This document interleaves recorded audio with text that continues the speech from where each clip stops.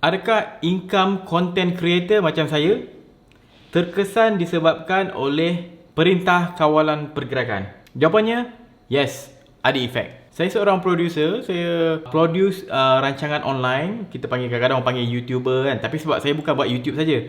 Ada YouTube, ada Facebook. Jadi kat media sosial ni saya hasilkan video. Saya ada platform rancangan memasak sendiri dengan tim-tim saya. Dan saya ada rancangan berani buat ni, yang kongsi pelbagai jenis knowledge. Macam case saya ada beberapa jenis source income, iaitu satu, first Facebook. Kalau kita post video kat Facebook, kita dapat duit. Satu lagi adalah daripada YouTube. Sama juga konsep dia. Banyak views, banyak keluar iklan, banyak orang klik iklan, income kita makin banyak. Dan selain daripada tu, kita boleh dapatkan penaja. Orang yang sponsor tiba-tiba dalam video tu keluar iklan kan.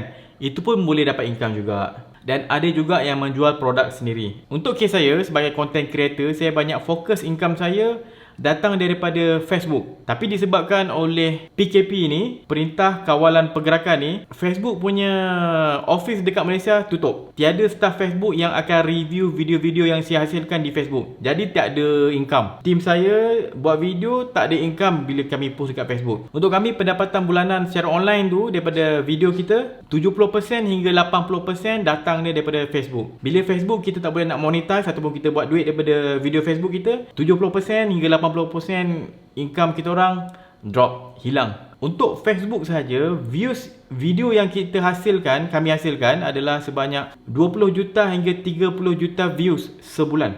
Agak banyak jugalah. Jadi income kat Facebook tu sangat-sangat penting untuk kami. Bila Perintah Kawalan Pergerakan ni dilaksanakan, memang agak loss lah kat situ. Banyak juga terjejas kat situ, tapi kita still konsisten. Kami still produce video secara konsisten. Walaupun video kami tak ada buat duit dekat Facebook, kami perlu run still terus buat video kerana itu adalah branding kita. Kalau kita stop buat video, kita punya reach akan drop. Satu lagi adalah tanggungjawab kami sebagai tanggungjawab saya dan tim saya lah. Kita orang lah punya rasa tanggungjawab sebagai content creator yang tugasnya untuk menghiburkan orang dalam masa memberi knowledge, memberi hiburan yang bermanfaat. Sebab tu platform saya mostly jenis yang ilmu. So memang ada kesan kat kita orang. Tapi kita nak takut sangat pun tak boleh juga. Sebabnya rezeki tu dah ditentukan. Ni kalau untuk orang Islam, kita rezeki memang dah ditentukan. Nak terlalu takut kita tak dapat rezeki, tak boleh. Sebab memang kalau orang Islam, kita memang dah tetap rezeki kita.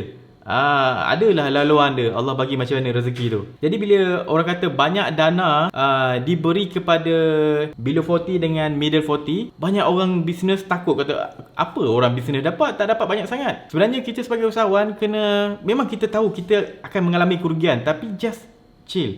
Sebabnya kalau kita rugi macam mana pun, sebagai usahawan, kita jenis orang yang fikir untuk buat duit. Kita tahu cara untuk membuat duit. Sebab tu nama dia peniaga, usahawan. Kalau pekerja biasa yang biasa golongan B40 ni dapat banyak dana daripada kerajaan, B40 kalau tak ada duit, dia orang boleh mati. Dia boleh kebuluran, tak ada makanan. Itu B40. Sebab tu dia dapat dana banyak. Orang macam usahawan macam saya tak risau sangat patutnya, sebabnya saya boleh hidup.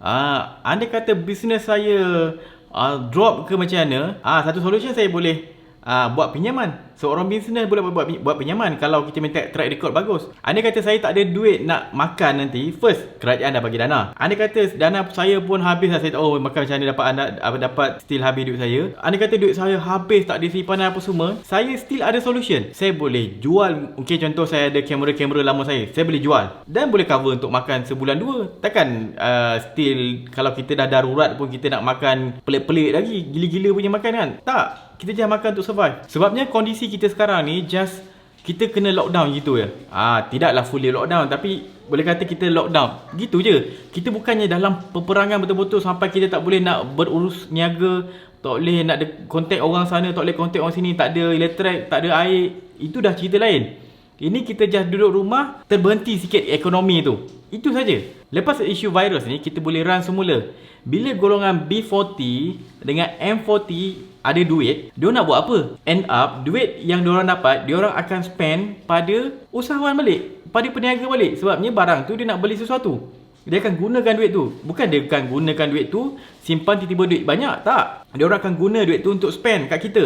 Sebab itulah kita kalau buat bisnes, kena buat bisnes yang menjadi keperluan orang. Evergreen punya bisnes. Itu sebablah kerajaan bagi dana dekat M40 dengan B40 banyak, supaya dia orang boleh spend duit yang dia orang dapat tu pada peniaga. End up peniaga yang dapat balik duit tu. Bila peniaga dapat duit, ekonomi tu bergerak balik. Itu sebabnya. Dalam tempoh PKP ni kita just boleh buat slowly, buat branding, improve kita punya skill marketing, belajar skill-skill baru, ready untuk mantapkan kita punya business balik. Jangan just memanjang takut dan menyalahkan orang lain. Semua orang ada kerugian sekarang.